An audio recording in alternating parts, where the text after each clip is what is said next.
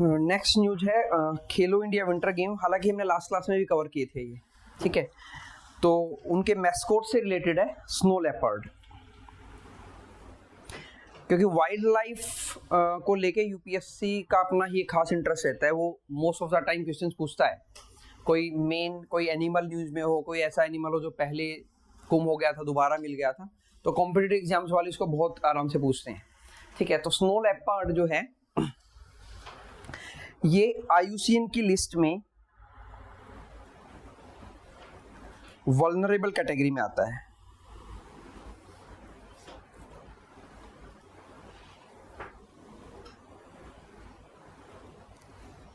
Snow leopard अभी IUCN क्या है, वैसे तो हमने पहले कवर किया था क्या है IUCN और किस लिस्ट की बात कर रहे हैं जिसमें वल्नरेबल आता है। IUCN की फुल फॉर्म है इंटरनेशनल यूनियन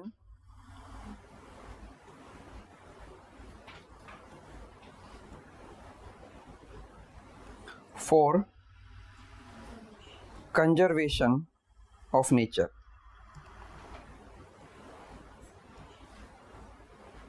एक इंटरनेशनल NGO है एक तरह का, ठीक है, नॉन गवर्नमेंटल ऑर्गेनाइजेशन।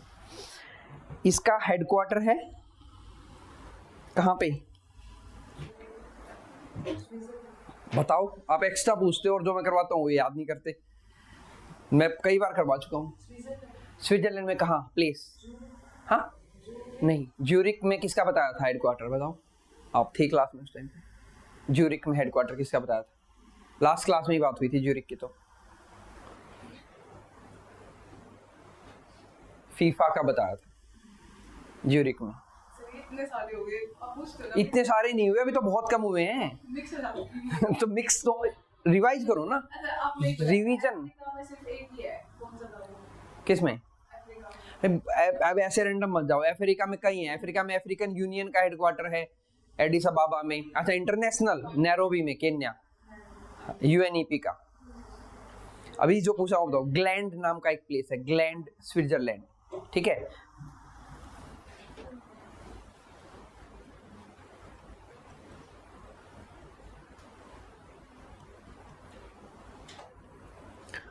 और कुछ डावोस में भी किया था स्विट्जरलैंड में हमने। डावोस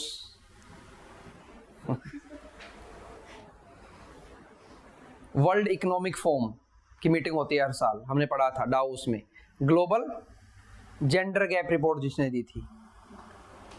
ऐसे तो काम नहीं चलेगा, आप लोग पढ़ोगे नहीं। तो मैं ज्यादा करवा रहा हूं तो मैं कम करवाऊं एक दिन में, लेकिन मुझे तो नहीं लगा मैं ज्यादा करवा रहा हूं, क्योंकि एक दिन में बीच में ब्रेक भी तो होता है ना। रिवीजन नहीं करते, revision is the key. Revise करो बार बार उनको। तो इनकी एक बुक है, IUCN की एक बुक है जो ये हर साल पब्लिश करते हैं, जिसका नाम है रेड डेटा बुक। इस रेड डेटा बुक में ये अलग अलग फ्लोरा एंड फोना, फ्लोरा मतलब प्लांट एंड फोना मतलब एनिमल्स के बारे में एक लिस्ट देते हैं कि वर्ल्ड में उनका स्टेटस क्या है। स्टेटस इन द सेंस कि उनकी एग्जिस्टेंस पे तो कोई खतरा नहीं है, ठीक है। तो इस रेड डेटा बुक, तो नॉर्मली एग्जाम्स में ये पूछा गया है, who publish red data book. तो रेड डेटा बुक जो है वो IUCN देता है, ठीक है। इनकी बुक में एक तो स्पीसीज होती है लिस्ट कंसर्न कि जिसके बारे में आपको बहुत कम कंसर्न करने की रिक्वायरमेंट है, ठीक ठाक अच्छा नॉर्मल नंबर है उनका, ठीक है। देन होता है नियर थ्रेटन। नियर थ्रेटन नाम सुनने में आपको लगेगा कि थ्रेटन के नजदीक, थ्रेटन का मतलब ये नहीं कि खत्म होने वाले, थ्रेटन का मतलब ये है कि उन पे चिंता करने की जरूरत है।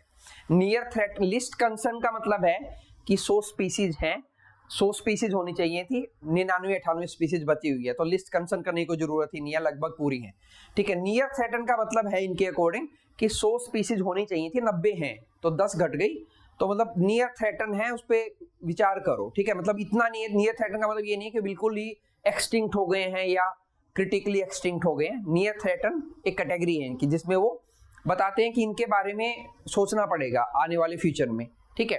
देन उसके बाद नेक्स्ट कैटेगरी होती है वल्नरेबल, ठीक है। वल्नरेबल का मतलब है कि 100 होने चाहिए थे, कुछ 60-70 बच गए हैं, तो वल्नरेबल कैटेगरी में वो आ गया है, ठीक है। एक और भी क्या था वल्नरेबल कैटेगरी में हम लोगों ने, कुछ गहीर माथा बीच, अगर याद हो तो, ओलिव रेडली टर्टल, मैंने बताया था यूपीएससी ने पूछा हुआ है उसको, ठीक है, और इसको भी पूछा हुआ है, स्नो लेपर्ड को भी, ठीक है। देन उसके बाद इनकी लिस्ट होती है इंडेंजर्ड। इंडेंजर्ड का मतलब ये है कि समझो कि 100 होने चाहिए थे, 40 के करीब बच गए हैं, तो इंडेंजर्ड की कैटेगरी में आ गए हैं, ठीक है। देन उसके बाद क्रिटिकली इंडेंजर्ड। क्रिटिकली इंडेंजर्ड का मतलब ये है कि भाई कुछ 15-20 ही रह गए हैं, 100 स्पीसीज होनी चाहिए थी, तो वो क्रिटिकली इंडेंजर्ड है।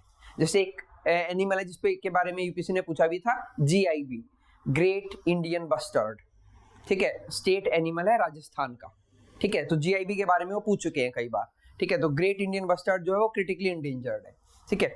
देन उसके बाद एक्सटिंक्ट इन वाइल्ड। एक्सटिंक्ट इन वाइल्ड का मतलब है कि आपको नेचुरल हैबिटेट में नहीं मिलेगी वो चीज, अगर कहीं 1-2 पीस को प्रिजर्व करके रखा गया है तो रखा गया है, नेचर में वो एग्जिस्ट नहीं करता अभी, ठीक है। कहीं उसको प्रिजर्व कर लिया है, in situ ex situ preservation के मेथड होते हैं अलग अलग, प्रिजर्व करके रख लिया गया है तो सही है, नहीं तो नेचुरली आपको नहीं मिलेगा वो, ठीक है। और फिर लास्ट हो जाएगी एक्सटिंक्ट, कि वो खत्म ही हो गया है बिल्कुल, ठीक है। जैसे इंडिया से जो इंडियन चीता था वो एक्सटिंक्ट हो गया था 1952 में, जिसको अभी री इंट्रोड्यूस किया था 2019 में, हमने चीता री इंट्रोडक्शन प्रोग्राम चलाया था, ठीक है। हमने कवर नहीं किया शायद वो, ठीक है, कर लेंगे जब आगे कभी आएगा तो, ठीक है। तो चीता एक्सटिंक्ट हो गया था 1952 में। तो ये अलग अलग कैटेगरी में वो डिवाइड करती है, ठीक है। एक्सटिंक्ट इन वाइल्ड, वाइल्ड का मतलब है कि नेचर में वो एक्सटिंक्ट हो गया है, जो नेचुरल हैबिटेट होता है उसका, ठीक है। और लास्ट में एक्सटिंक्ट ही हो गया, खत्म ही हो गया है बिल्कुल, ठीक है। तो कैटेगरी भी पूछी जा सकती है, सीक्वेंस बता दो, सीक्वेंस में लगा दो, मतलब कि as per red data book क्या सीक्वेंस है, मतलब लिस्ट कंसर्न से मोस्ट कंसर्न में, तो वो सीक्वेंस भी आपको याद रखनी पड़ेगी। रेड डेटा बुक कौन पब्लिश करता है? IUCN पब्लिश करता है, एक तरह का NGO है, एक तरह का नॉन गवर्नमेंटल ऑर्गेनाइजेशन है जो नेचर के कंजर्वेशन के लिए काम करता है, ठीक है। तो इनकी कैटेगरी में स्नो लेपर्ड जो है वल्नरेबल कैटेगरी के अंदर मिलता है। स्नो लेपर्ड इंडिया में मिलता है कोल्ड डेजर्ट बायोस्फीयर रिजर्व में। कोल्ड डेजर्ट बायोस्फीयर रिजर्व है, नाम याद रखना है, क्योंकि इंडिया में टोटल कितने बायोस्फीयर रिजर्व हैं? 18। मैंने पहले बताई थी, मैंने कहा था हम धीरे धीरे सारे कवर कर लेंगे, आप धीरे धीरे याद करते रहना। तो पहले कौन सा याद किया था? Gulf of Mannar biosphere reserve. Mannar, gulf of Mannar जब हमने की थी, पाक स्टेट मैंने बताया था, तब मैंने बताया था कि ओनली मैराइन बायोस्फीयर रिजर्व है ये इंडिया का, Gulf of Mannar biosphere reserve. तो अभी दूसरा याद कर लेना, cold desert biosphere reserve. Biosphere reserve क्या होते हैं? As the name suggest, biosphere मतलब बायोलॉजिकल लाइफ को प्रिजर्व करने के लिए एक बहुत बड़ा एरिया होता है। उस एक एरिया में मल्टीपल नेशनल पार्क हो सकते हैं, मल्टीपल वाइल्ड लाइफ सेंचुरी हो सकती हैं, टाइगर रिजर्व हो सकते हैं।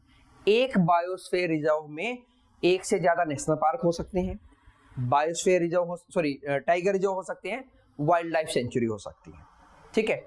वाइल्ड लाइफ सेंचुरी और नेशनल पार्क में क्या फर्क होता है बाकी हम डिटेल में करेंगे, लेकिन वाइल्ड लाइफ सेंचुरी जनरली किसी एक पर्टिकुलर स्पीसीज को प्रिजर्व करने के लिए बनाई जाती है, नेशनल पार्क जनरल होता है, इतना आप याद रख लेना। बाकी हम डिटेल में इसको बायोडाइवर्सिटी में इन्वायरमेंट इकोलॉजी में पढ़ेंगे, वहां करेंगे, ठीक है।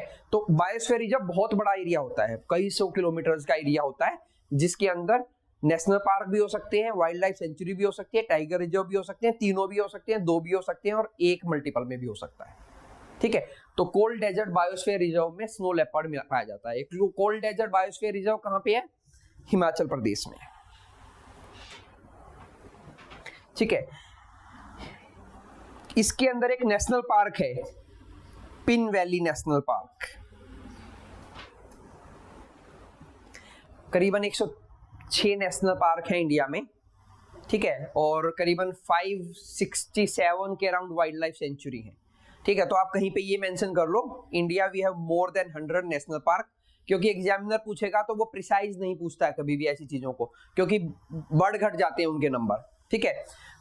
106 नेशनल पार्क हैं, अभी का फिगर बता रहा हूँ, हो सकता है चेंज हो जाए, तो मोर देन 100 नेशनल पार्क हैं, more than 550 wild life sanctuary हैं, अभी प्रिसाइज 567 है,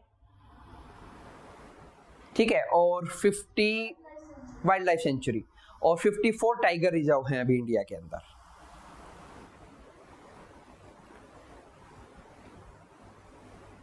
ठीक है, तो पिन वैली नेशनल पार्क के अंदर ये मिलता है स्नो लेपर्ड। जो कोई भी बायोस्फीयर रिजर्व, टोटल 18 है बायोस्फीयर रिजर्व, ठीक है, बायोस्फीयर रिजर्व का दर्जा कौन देता है, कौन बताता है कि बायोस्फीयर रिजर्व? यूनेस्को का प्रोग्राम है man, MAB programme, man and biosphere. UNESCO का एक प्रोग्राम है। यूनेस्को क्या है?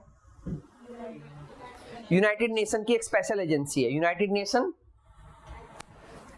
Educational, scientific and cultural organisation, headquartered Paris, ठीक है। तो इसका प्रोग्राम है मैन एंड बायोस्फीयर, MAB, ठीक है, ये भी पूछा गया एग्जाम में।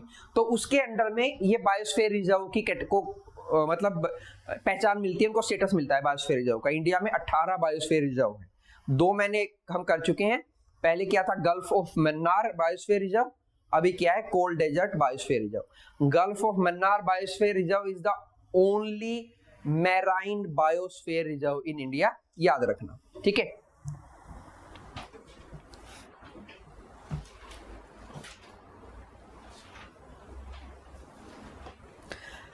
और यूनेस्को एक और लिस्ट भी देता है, एक तो बायोस्फीयर रिजर्व हो गए, एक यूनेस्को का प्रोग्राम है WHS, world heritage site. World heritage site India में है 43 अभी, तो वर्ल्ड हेरिटेज साइट का नॉमिनेशन भी यूनेस्को देता है कि किसी कंट्री में कितनी वर्ल्ड हेरिटेज साइट होंगी, ठीक है। तो world heritage site is also a project of UNESCO, ठीक है। वर्ल्ड हेरिटेज साइट इंडिया में अभी 43 है, 43 वर्ल्ड हेरिटेज साइट है इंडिया में। अब ये वर्ल्ड हेरिटेज साइट क्या होती हैं? कुछ ऐसी साइट जो या तो कल्चरल पॉइंट ऑफ व्यू से इंपॉर्टेंट हो, या नेचुरल पॉइंट ऑफ व्यू से इंपॉर्टेंट हो, या मिक्स्ड पॉइंट ऑफ व्यू से इंपॉर्टेंट हो, उनको वर्ल्ड हेरिटेज साइट का टैग दिया जाता है। जैसे अगर हम देखें इंडिया में कल्चरल में ताजमहल वर्ल्ड हेरिटेज साइट है, ठीक है। तो वर्ल्ड हेरिटेज साइट को 2 बेसिस पे कैटेगराइज किया जा सकता है, या तो कल्चरली इंपॉर्टेंट हो या नेचुरली इंपॉर्टेंट हो, कि नेचर में वो चीज एग्जिस्ट कर रही है, तो वैसा और कहीं पे एग्जिस्टेंस नहीं है, तो उसको हम बोल देते हैं कि ये नेचुरल साइट हो गई। जैसे इंडिया में कंचनजंगा नेशनल पार्क है, तो उसको नेचुरली भी और कल्चरली भी दोनों का रखा है, वो मिक्स है, mix bio world heritage site है। तो वर्ल्ड हेरिटेज साइट का टैग देता है यूनेस्को किसी भी कंट्री में। सबसे ज्यादा वर्ल्ड हेरिटेज साइट है इटली में, Italy has the most world heritage site in the world, ठीक है। और इंडिया में 43 है, 43 में आपको याद रखना है 35 कल्चरल हैं, 7 नेचुरल हैं, natural world heritage site, cultural world heritage site, natural world heritage site, और एक मिक्स है। मिक्स जो है वो है कंचनजंगा।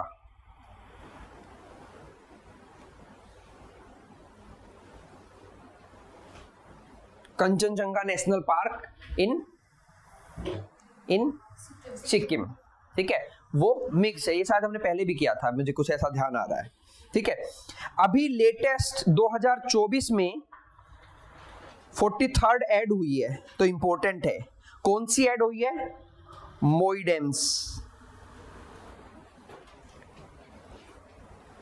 मोइडेम्स इन आसाम, ये लेटेस्ट वर्ल्ड हेरिटेज साइट में ऐड होने वाली साइट है इंडिया में, जो अभी 2024 में ऐड हुई है। मोइडेम्स, मोइडेम्स क्या है? एक पुरानी डायनेस्टी होती थी आसाम में, अहोम डायनेस्टी। कई बार ये भी क्वेश्चन पूछा गया है पीसीएस ने, तो Ahom dynasty belong to which state? Assam से।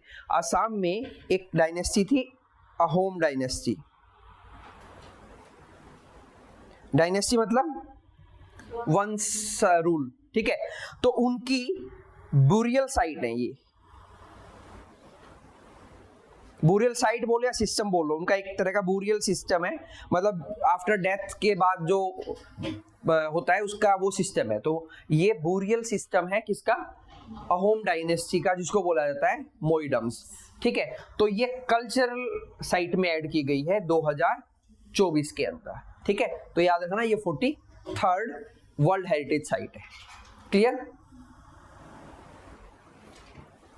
नेक्स्ट चलते, नेक्स्ट न्यूज है Martand sun temple, again art and culture, examiner का favourite area. Martand sun temple, एक तो यही पूछा जा सकता है कहाँ पे है, जम्मू एंड कश्मीर में है, ठीक है। मार्तंड सन टेम्पल कहाँ पे है, जम्मू एंड कश्मीर के अंदर है, ठीक है। देन उसके बाद किसने इसको बनाया, किंग ललितोदया मुक्तापिदा, ठीक है। नाम अजीब है, ओवियस है, लेकिन याद रखना पड़ेगा, एग्जाम में पूछ सकता है, न्यूज में है ये टेम्पल, ठीक है। और इसकी डायनेस्टी थी करकोटा डायनेस्टी। जो चीज न्यूज में है उनका याद रखना पड़ेगा हमें, किंग भी और डायनेस्टी भी, ठीक है। अलग अलग डायनेस्टी वैसे तो आप हिस्ट्री में बहुत सारी पढ़ोगे, अहोम डायनेस्टी भी पढ़ोगे उसमें एक, ठीक है, लेकिन बहुत डिटेल में नहीं पढ़ते हैं। डिटेल में तो आप मौर्यन पढ़ोगे, गुप्ता पढ़ोगे, ये डायनेस्टीज पढ़ोगे, इनको डिटेल में नहीं पढ़ोगे, ये तो सुनोगे भी नहीं इसको, तो क्योंकि हिस्ट्री में हम मुश्किल से 1% भी नहीं पढ़ेंगे जो वर्ल्ड कल्चर और हिस्ट्री है उसका, ठीक है। तो इस डायनेस्टी को हम पढ़ेंगे, वो तो ये न्यूज में है तो इसलिए इसको पढ़ रहे हैं, ठीक है। तो ये टेम्पल कहाँ पे है, कौन से किंग ने बनाया था, ठीक है।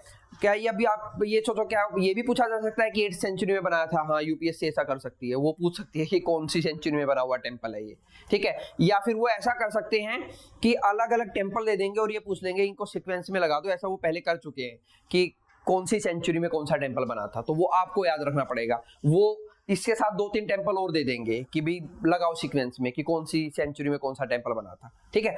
मुश्किल होते हैं, ऑब्वियस ही बात है ऐसे क्वेश्चंस को सोल्व कर पाना, क्योंकि हर एक टेम्पल का कल्चरल आप उसका कल्चरल इंपॉर्टेंस याद रख लो, उसकी डायनेस्टी याद रख लो, अब वो कौन से ईयर में बना था फिर ये भी याद रखो, थोड़ा डिफिकल्ट हो जाता है, लेकिन पूछ लेता है एग्जामिनर कई बार, ठीक है। पूछा गया है पहले तो इसलिए पॉसिबिलिटी तो रहती है, ठीक है।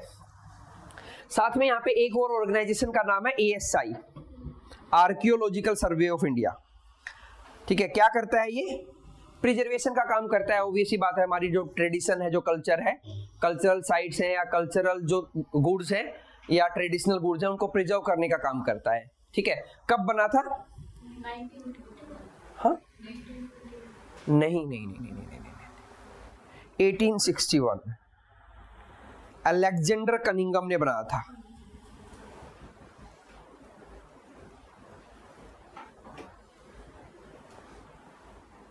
CUNNIN और आएगा एक और HAM, अलेक्जेंडर कनिंगम में बनाया था 1861 में। ASI archaeological survey of India का हेडक्वार्टर है न्यू दिल्ली में, ठीक है। मैं ये चीज को वैसे बहुत बार बता चुका हूँ, लेकिन फिर भी रिपीट कर देता हूँ। मैं जो बता रहा हूँ तो मतलब वो एग्जाम में 99% तो पूछा जा चुका है, नहीं तो उसके पूछे जाने की पॉसिबिलिटी मैक्सिमम है, ठीक है। तो ये मत सोचना है कि मैं बहुत सारी इन्फॉर्मेशन बता रहा हूँ कि आप उसमें से भी कुछ कम कर दो, वो चॉइस आप लोगों के पास नहीं है। जितना हम कर रहे हैं वो तो आपको करना ही करना है, उसमें आप कम नहीं कर सकते, ठीक है। 1861 में बनाया था, और इस टाइम पे इंडिया के वॉइसरॉय थे, ये भी पूछा गया था क्योंकि एक बार कि वॉइसरॉय कौन थे इंडिया के जब ये अलेक्जेंडर कनिंगम ने बनाया। वॉइसरॉय किसको बोलते थे, पहले तो कुछ को यही नहीं पता होगा कि वॉइसरॉय क्या होता था। तो हाईएस्ट ब्रिटिश ऑफिशियल होता था ये, हाईएस्ट, क्योंकि उस टाइम पे हम ब्रिटिशर्स के अंडर में थे, तब highest British official in India, उसको बोलते थे वॉइसरॉय, ठीक है। तो उस टाइम पे वॉइसरॉय थे लॉर्ड कनिंग।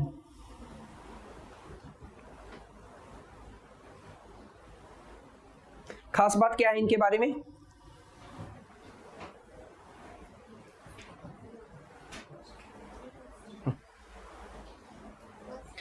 आप बताओ मोहिनी, पूरा मॉडर्न हिस्ट्री पढ़ लिया आपने।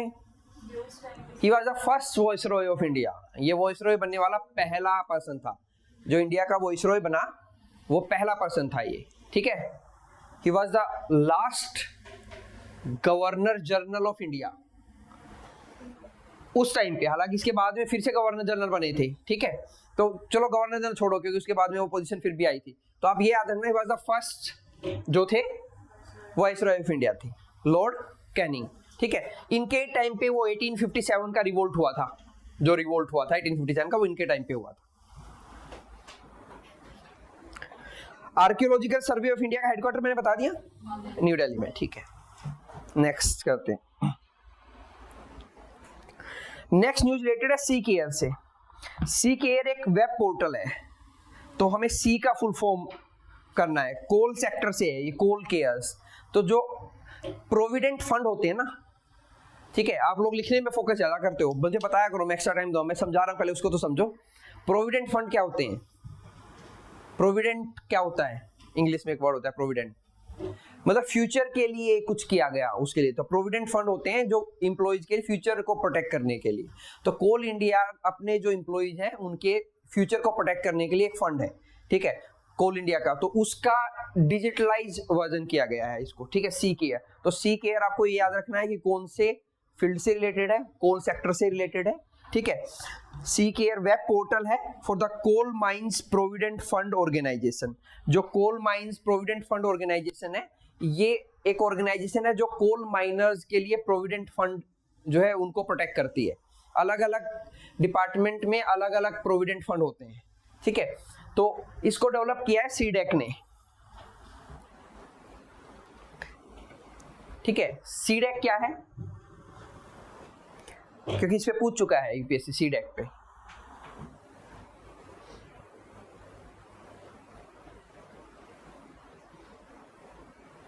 ये एपेक्स रिसर्च ऑर्गेनाइजेशन है मिटी की। अब हो गया, मिटी क्या है, ministry of electronics and information technology, good. ये मिटी की एपेक्स ऑर्गेनाइजेशन है रिसर्च के फील्ड में। MeitY ministry of electronic and information technology, ठीक है, मिटी की एपेक्स ऑर्गेनाइजेशन है रिसर्च के फील्ड में।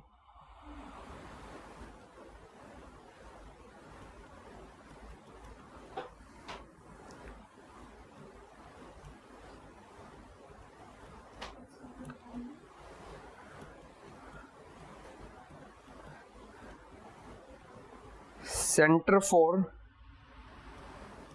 डेवलपमेंट ऑफ एडवांस्ड कंप्यूटिंग, इसकी फुल फॉर्म है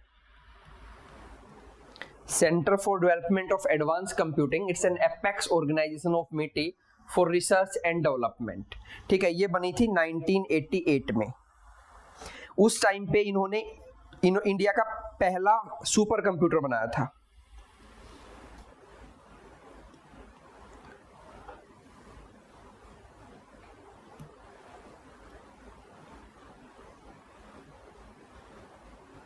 जिसका नाम था परम 8000, 1991 में। ये इंडिया का पहला सुपर कंप्यूटर था, परम 8000, जो सीडेक ने बनाया था, ठीक है। तो सीडेक मिटी की एपेक्स ऑर्गेनाइजेशन है रिसर्च और डेवलपमेंट के फील्ड में, क्योंकि कई बार यूपीएससी डायरेक्ट पूछ लेता है सीडेक के बारे में कि CDAC is the apex organisation of this particular organisation, वो डायरेक्ट देगा। हो सकता है वो एज इट इज भी लिख दे, हो सकता है वो मिनिस्ट्री चेंज कर दे, ठीक है। मिनिस्टर है मिटी के, जो रेलवे मिनिस्टर हैं अश्वनी वैष्णव।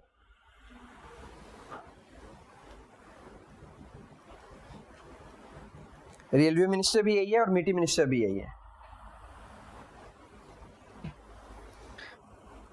कोल मिनिस्टर है G Kishan Reddy, mines and coal के minister G Kishan Reddy.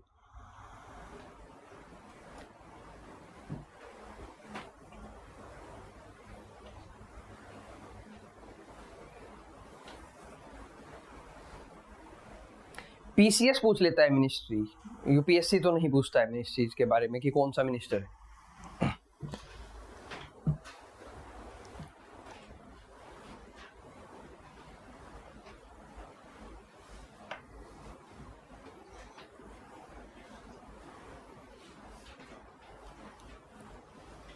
Done. Next news है टाइडल डिसरप्शन इवेंट से रिलेटेड।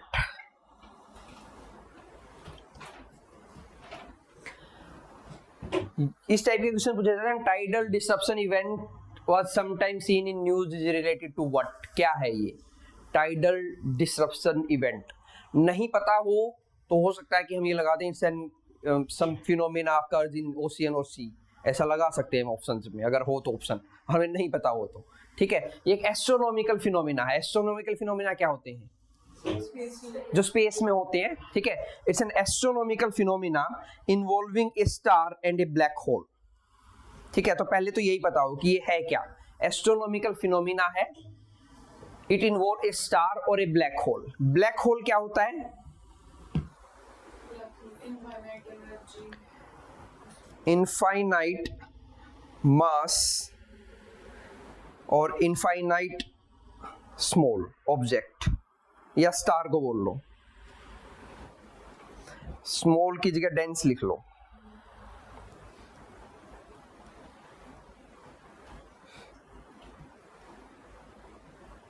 इनफाइनाइट स्मॉल ही ठीक है, स्मॉल एंड डेंस ऑब्जेक्ट को बोलते हैं ब्लैक होल। ब्लैक होल किसी भी स्टार की लाइफ साइकिल में लास्ट स्टेज होती है। ठीक है, कोई भी स्टार होता है, बनता है, फिर वो ओल्ड होता है, तो किसी भी स्टार की लास्ट जो फेज होता है लाइफ साइकिल का, वो ब्लैक होल होता है। ठीक है, ब्लैक होल से इवन इलेक्ट्रोमैग्नेटिक रेडिएशन भी पास नहीं हो सकती। ठीक है, इतना डेंस होता है, डेंस मतलब उसमें से कुछ भी पास नहीं हो सकता है। ठीक है, तो ये एक एस्ट्रोनॉमिकल फिनोमिना है। ठीक है, जहां पे क्या हुआ, when a star comes to close to a super massive black hole, तो ये फिनोमिना ऑब्जर्व होता है। ठीक है, हालांकि हम लोगों से ये तो नहीं पूछेगा एग्जामिनर की डिटेल में कि फिनोमिना कब अक्कर होता है। ठीक है, हमें बस इतना ध्यान रखना है कि टाइडल इरप्शन इवेंट, क्योंकि हम टाइडल एनर्जी पढ़ते हैं और टाइड्स पढ़ते हैं ज्योग्राफी में। ठीक है, हाई टाइड लो टाइड पढ़ते हैं ज्योग्राफी में। ठीक है, तो हमें माइंड में रहता है कि ये कुछ ऐसा हो जो ओशियन से रिलेटेड होगा और ऑप्शन ऐसा ऑब्वियस से मिलेगा। ठीक है, लेकिन ये क्या है, एक एस्ट्रोनॉमिकल फिनोमेना है। ठीक है, जहां पे एक स्टार जो इन्वॉल्व करता है एक स्टार को और एक ब्लैक होल को। ब्लैक होल क्या होता है, किसी भी स्टार का लास्ट फेज होता है उसकी लाइफ का, उसको बोलते हैं ब्लैक होल। वो अपनी लाइफ के लास्ट फेज में इनफाइनाइट स्मॉल हो जाता है और इनफाइनाइट डेंस हो जाता है। Infinite small and dense object को बोलते हैं ब्लैक होल।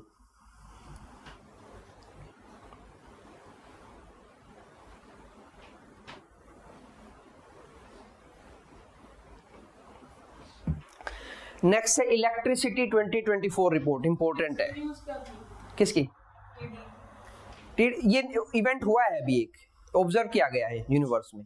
ठीक है, तो बहुत सारे यूनिवर्स में ऐसे इवेंट होते रहते हैं।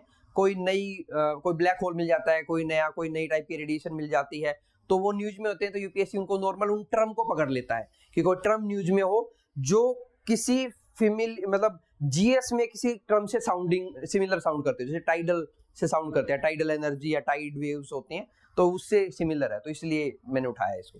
ठीक है, इलेक्ट्रिसिटी 2024 रिपोर्ट। इलेक्ट्रिसिटी 2024 रिपोर्ट देता है इंटरनेशनल एनर्जी एजेंसी।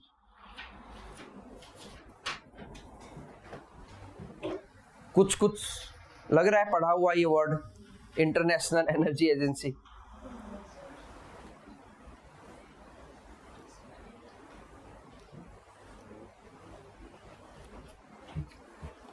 कहां पढ़ा था?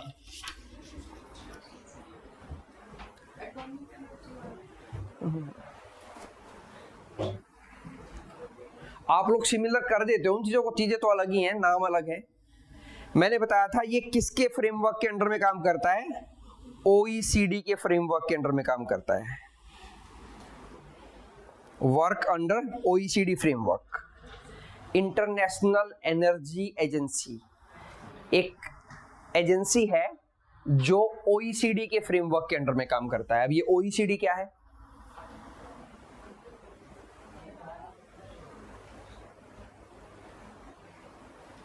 ये पढ़ा था हम लोगों ने। मैंने ये भी बताया था कि इंडिया इसका मेंबर नहीं है।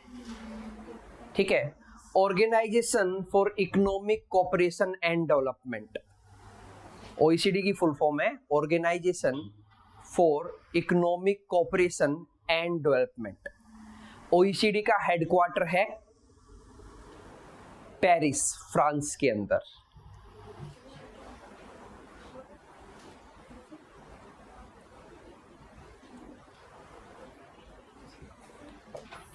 ठीक है, तो OECD वर्ल्ड की 38 डेवलप्ड इकोनॉमीज का एक ग्रुप है। 38 डेवलप्ड इकोनॉमीज का एक ग्रुप है OECD। तो ऑब्वियस है इंडिया इसका पार्ट वैसे भी नहीं होगा क्योंकि इंडिया तो डेवलप्ड है ही नहीं।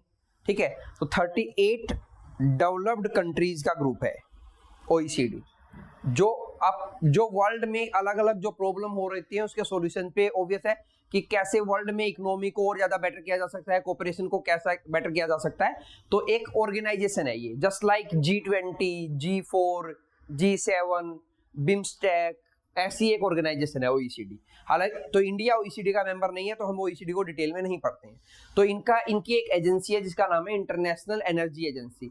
ये वर्ल्ड में ये देखती है कि एनर्जी का कंजम्पशन में क्या चेंज आ रहे हैं, कि कैसे कैसे, जैसे हम लोग अभी बात कर रहे हैं हम रिन्यूएबल की तरफ बढ़ेंगे तो पैटर्न में क्या चेंज हो रहे हैं। तो उससे रिलेटेड एक रिपोर्ट देती है ये इलेक्ट्रिसिटी 2024 कि क्या चेंज आ रहे हैं इलेक्ट्रिसिटी प्रोडक्शन में वर्ल्ड में, कहाँ पे रिन्यूएबल पे शिफ्ट हो रहा है वर्ल्ड, कहाँ कौन सी कंट्री कोल पे ही स्टक है।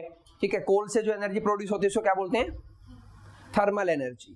तो कहाँ पे थर्मल एनर्जी से ही काम चल रहा है, कहाँ पे रिन्यूएबल एनर्जी है, तो वो पैटर्न के बारे में बताती है उसकी। ठीक है, तो रिपोर्ट का नाम ध्यान रखना है। एक और रिपोर्ट भी बताई थी मैंने इस एजेंसी की, global energy outlook report.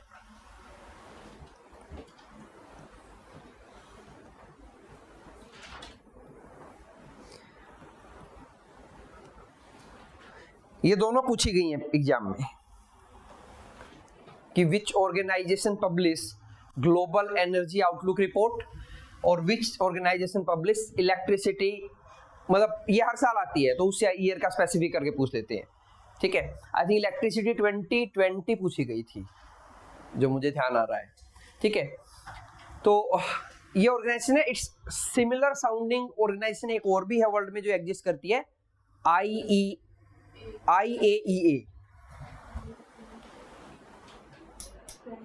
International atomic energy agency. ये एटॉमिक है, international atomic energy agency, headquarter Vienna,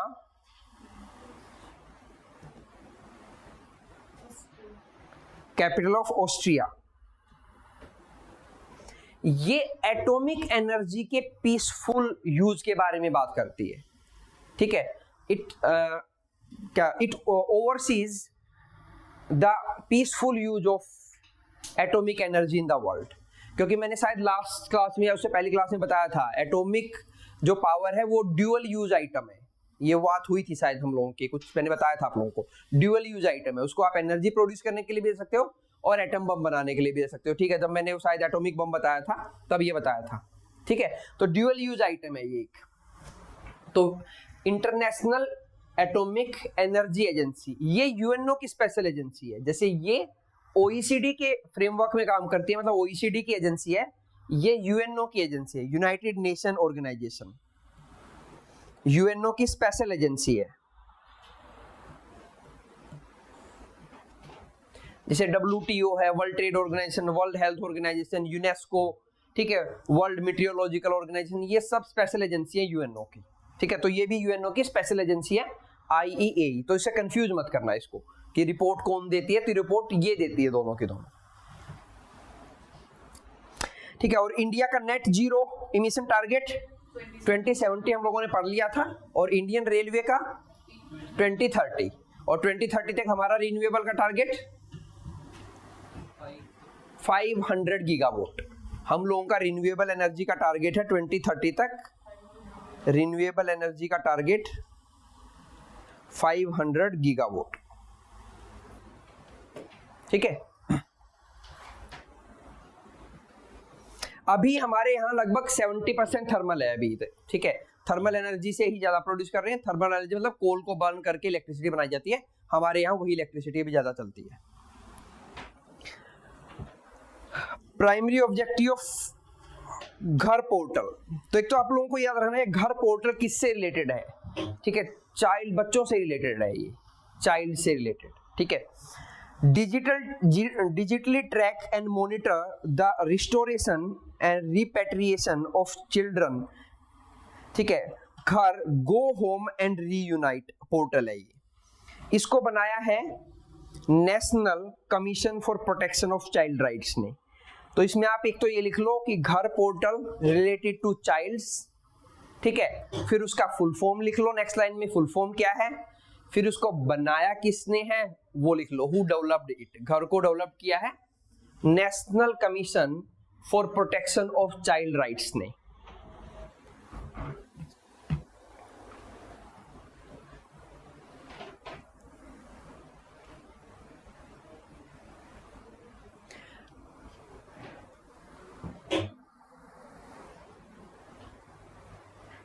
national commission for protection of child right as the name suggest, ये बच्चों के वेलफेयर के लिए काम करता है। से इंडिया में बच्चों का अलाउड नहीं है सर्टेन एज तक काम करना, या जैसे 6 to 14 तक एजुकेशन फ्री है, तो ये देखता है कि उनको एजुकेशन वहां तक मिल रहा है कि नहीं मिल रहा है, ठीक है। कोई कंप्लेन आ जाए कि कहीं पे बच्चों मतलब जो चिल्ड्रन है उनको यूज किया जा रहा है किसी हैजार्डस इंडस्ट्री में, तो वहां जाएगा, ठीक है। बच्चों को मतलब स्लेव बनाया जा रहा है तो उनको बचाएगा, तो ऐसे कुछ काम होते हैं इनके, ठीक है। ये एक स्टैट्यूटरी बॉडी है।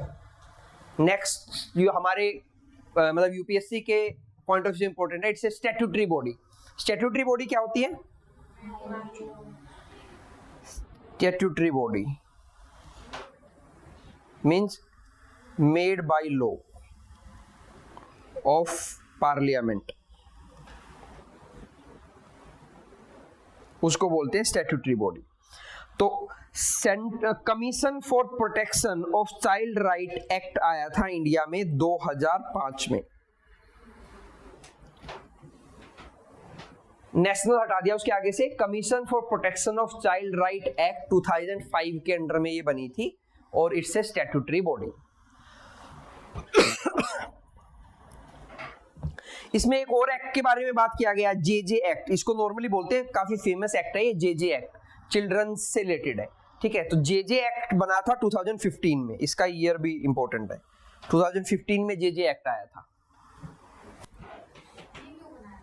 जुवेनाइल जस्टिस के लिए। मतलब जो जुवेनाइल किसको बोलते हैं? जो 18 से कम हो, जनरली जो थोड़ा सा ऐसे बच्चे हों जो मतलब 14-15 से ऊपर हो गए, 18 से कम है, तो वो एक वर्ड होता है जुवेनाइल डिलिक्वेंसी, अगर आपने सुना हो तो, मतलब वो क्राइम में इन्वॉल्व हो जाते हैं, ठीक है। तो उनको कैसे, उनको मतलब उनके लिए सुधार गृह बनाए गए, रिस्टोरेशन होम्स बनाए गए, उसके लिए तो एक एक्ट बनाया गया, उसमें पॉइंट रखे गए कि कोई ऐसा बच्चा मिल जाए जो क्राइम किया कर रहा है तो कैसे उनको इम्प्रूव किया जाए, तो उनसे रिलेटेड बनाया गया था जुवेनाइल जस्टिस एक्ट 2015।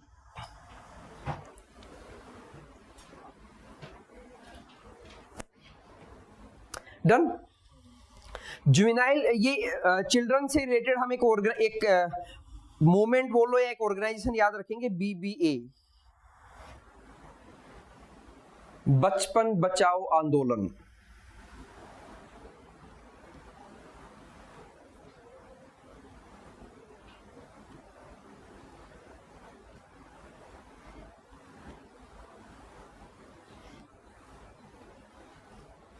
बचपन बचाओ आंदोलन जिस पर्सन की उसका नाम है कैलाश सत्यार्थी। –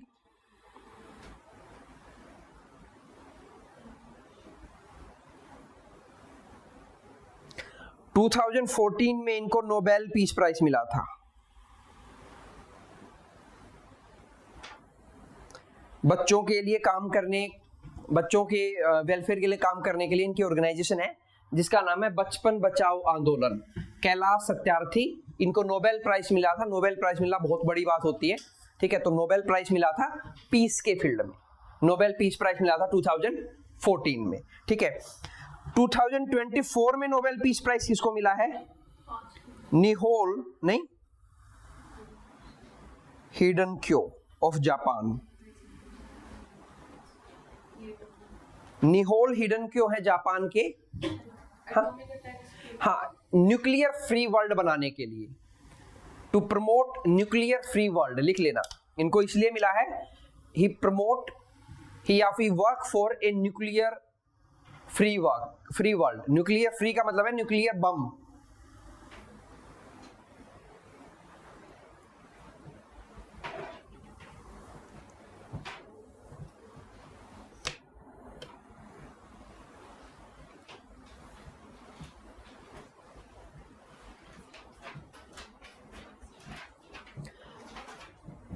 या न्यूक्लियर वेपन लिख लेना, एग्जैक्ट प्रिसाइज वर्ड आ जाएगा।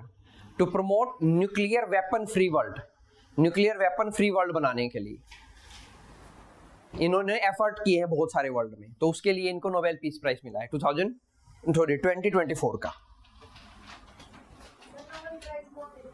नोबेल प्राइज एल्फ्रेड नोबेल के नाम पे एक स्वीडिश ऑर्गेनाइजेशन है जो वो देती है। वो मतलब उनके जो एल्फ्रेड नोबेल थे उन्होंने बनाया था, क्या बनाया था एल्फ्रेड नोबेल ने? डायनामाइट। डायनामाइट क्या होता है? एक एक्सप्लोजिव है, एक्सप्लोजिव समझाए हैं, तो उन्होंने बनाया था। तो ठीक है, तो उनकी जो वेल्थ है ना उनकी, उससे क्योंकि डायनामाइट को फिर बहुत ज्यादा एक्सप्लोजिव बनाने में यूज किया गया, वर्ल्ड में बहुत सारी जाने गई उससे, तो उन्होंने अपनी विल में था कि भाई जो मेरे जितना मैंने अर्न किया, he was a very rich and wealthy person, और डायनामाइट की वजह से कि उससे उनकी अर्निंग और भी ज्यादा बढ़ी थी, तो उनकी वेल्थ को प्रोटेक्ट किया गया है, और उसी में से हर साल नोबेल प्राइज को डिस्ट्रीब्यूट किया जाता है। अलग अलग फील्ड में नोबेल प्राइज को दिया जाता है। हाँ, मनी एग्जैक्टली तो मुझे नहीं ध्यान होगा, शायद कुछ अराउंड $8 मिलियन के अराउंड मिलते हैं, समवेयर अराउंड $8 मिलियन के अराउंड। तो अच्छा खासा पैसा होता है। Who has been selected as the torch bearer of 2024 Paris Olympic? ठीक है, अभिनव बिंद्रा। तो पीसीएस के हिसाब से पूछा जा सकता है टॉर्च बियरर कौन थे इंडिया की तरफ से।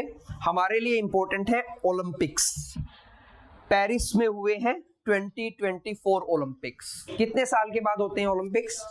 4 साल के बाद होते हैं। ये जो ओलंपिक्स की जो हम बात कर रहे हैं ये समर ओलंपिक्स हैं, ठीक है। एक विंटर ओलंपिक्स भी होते हैं अलग से, वो इतने फेमस नहीं है जितने समर ओलंपिक्स फेमस है, ठीक है। तो ये समर ओलंपिक्स हैं, 4 साल के बाद होते हैं।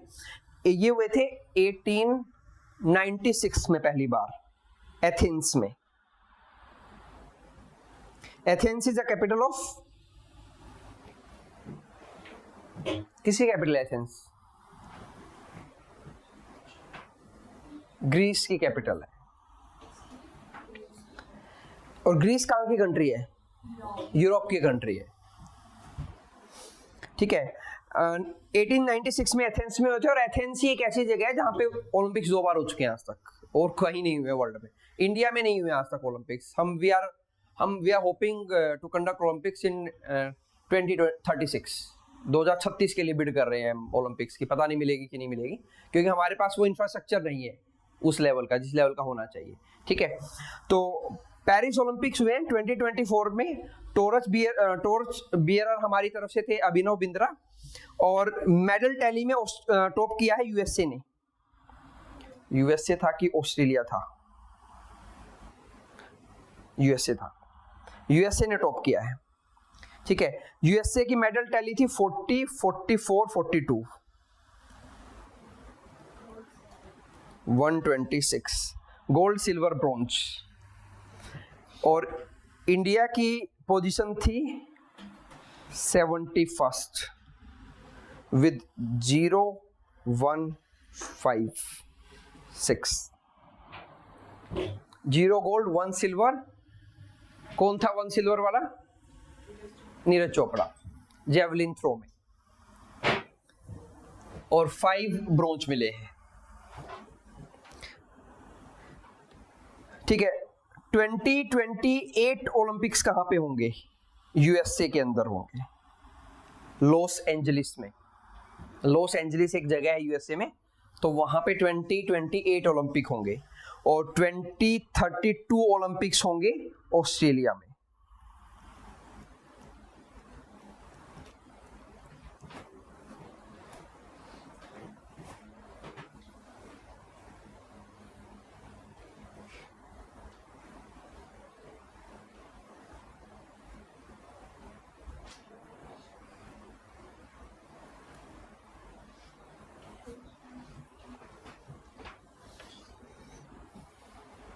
डन। हाँ, टॉर्च बीयर मतलब एक टॉर्च मसाल होती है ओलंपिक्स की, तो हर एक कंट्री में एक पर्सन होता है जो उस मसाल को लेके चलता है कि भाई हमारी टीम को मैं वो लीड कर रहा है, तो उसको टॉर्च बीयरर बोलते हैं। मतलब जो मतलब सबसे आगे रहता है प्लेयर्स में, ठीक है। तो एक सम्मान होता है जो ओलंपिक मेडलिस्ट है उनको दिया जाता है कि कोई ऐसा स्पोर्ट्स पर्सन हो जिसने ओलंपिक्स में कभी अच्छा किया हो, तो उसको दिया जाता है। हर एक कंट्री से होता है फिर? नहीं, हर कंट्री से होता है, हर कंट्री। नेक्स्ट फिर से वाइल्ड लाइफ से रिलेटेड है। इंडेंजर्ड फॉरेस्ट ओवलेट को रिसेंटली देखा गया है क्योंकि ये पहले एक्सटिंक्ट हो गए थे। 1884 के बाद रीडिस्कवर 1997 में 1884 के बाद ये इंडिया में एक्सटिंक्ट हो गए थे, ठीक है। तो दोबारा से इनको देखा गया है। इनको ट्रैक कैसे किया जाता है? वाइल्ड लाइफ में बहुत सारे लोग काम करते हैं तो ट्रैक कर लेते हैं, उनका काम ही यही होता है वाइल्ड लाइफर्स का। उसमें एक पोस्ट भी तो होती है इंडियन फॉरेस्ट सर्विसेज की, तो वो टीम होती है उन लोगों के पास, अलग अलग इंस्ट्रूमेंट होते हैं आज के टाइम पे, तो अभी तो मॉडर्न इंस्ट्रूमेंट्स हैं, उनसे वो ट्रैक कर लेते हैं। तो फीड होता है उनके पास सारा डेटा, अलग अलग जैसे पेड़ों पे लगे होते हैं और फीड होता है कि ये कौन सा जानवर है कौन सा, तो उनको लगता है कोई नया मिला है तो उसको फिर वो रिकन्फर्म करते हैं कि ये कौन सा आ गया, ठीक है। तो मेलघाट टाइगर रिजर्व है, तो मेलघाट टाइगर रिजर्व महाराष्ट्र में है, ये ध्यान रखना। यहाँ पे इंडेंजर्ड फॉरेस्ट ओवलेट को दोबारा से देखा गया है। अब आपको हो गया ऊपर तो लगा हुआ इंडेंजर्ड, नीचे कह रहे हो एक्सटिंक्ट हो गया था, तो इंडेंजर्ड वर्ल्ड में है, इंडिया में एक्सटिंक्ट हुआ था, वर्ल्ड में नहीं एक्सटिंक्ट हुआ था, ठीक है। तो इंडिया में एक्सटिंक्ट हो गया था, रीडिस्कवर भी हुआ था। ये ईयर हमारे लिए इंपॉर्टेंट नहीं है, हमारे लिए इंपॉर्टेंट ये है कि फॉरेस्ट ओवलेट जो है उसको अभी रिसेंटली मेलघाट टाइगर रिजर्व में देखा गया है महाराष्ट्र के अंदर, और ये इंडेंजर्ड कैटेगरी में है, किसकी? IUCN की कैटेगरी में इंडेंजर्ड में है।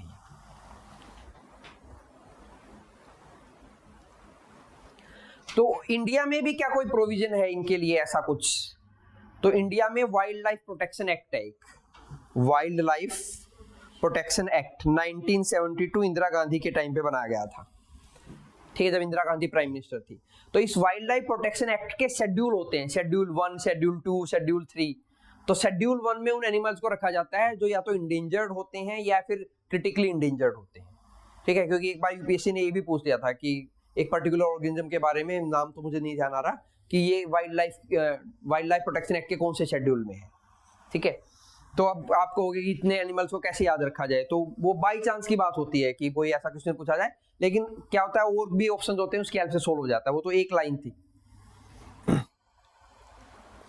तो ये टाइगर रिजर्व में मिला। टाइगर रिजर्व कितने हैं इंडिया में? मैंने बताया था 54 टाइगर रिजर्व है इंडिया में टोटल अभी,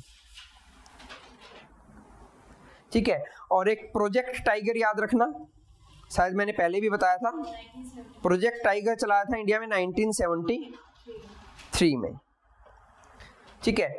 और एक प्रोजेक्ट टाइगर के साथ आप याद रखना NTCA, इसको पूछा था यूपीएससी ने, NTCA national tiger conservation authority 2005 में बनी थी।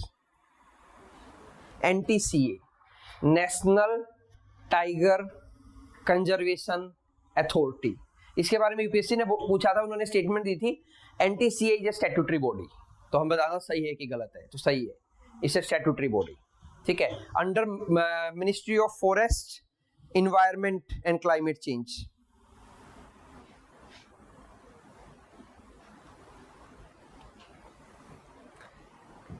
जो ministry of forest, environment and climate change है उसके अंडर में एक स्टैट्यूटरी बॉडी है। स्टैट्यूटरी बॉडी भी थोड़ी देर पहले मैंने बताया था, जो पार्लियामेंट के एक्ट से बनती है उनको स्टैट्यूटरी बॉडी बोलते हैं, ठीक है। तो NTCA ये स्टैट्यूटरी बॉडी 2005 में बनी थी, ठीक है। और प्रोजेक्ट टाइगर हमने चलाया 1973 में, और 54 टाइगर रिजर्व है इंडिया में।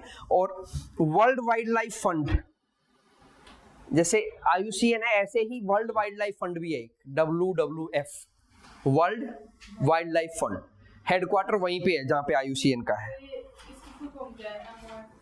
Ministry of forest, ministry of environment, forest and climate change है, ministry of environment, forest and climate change, ठीक है। ग्लैंड स्विट्जरलैंड में इसका हेडक्वार्टर है। वर्ल्ड वाइल्ड लाइफ फंड, इन्होंने एक प्रोजेक्ट चलाया था TX2 टाइगर्स के लिए। TX2 का पर्पस था कि टाइगर्स की पॉपुलेशन को डबल करना बाय 2022।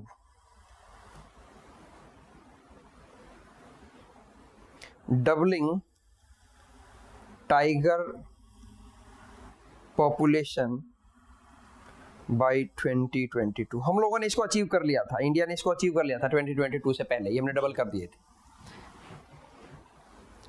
ठीक है, और सबसे लार्जेस्ट टाइगर रिजर्व है इंडिया में, इसको भी पूछ लिया था यूपीएससी ने, which one is the largest tiger reserve in India? तो नागार्जुन सागर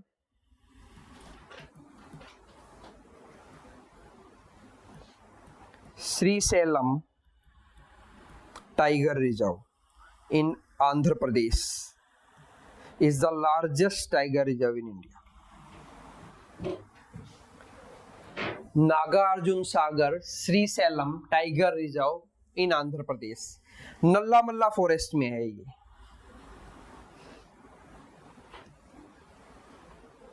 आंध्र प्रदेश में नल्ला मल्ला फॉरेस्ट है, तो वहां पे है ये tiger reserve, largest tiger reserve of India.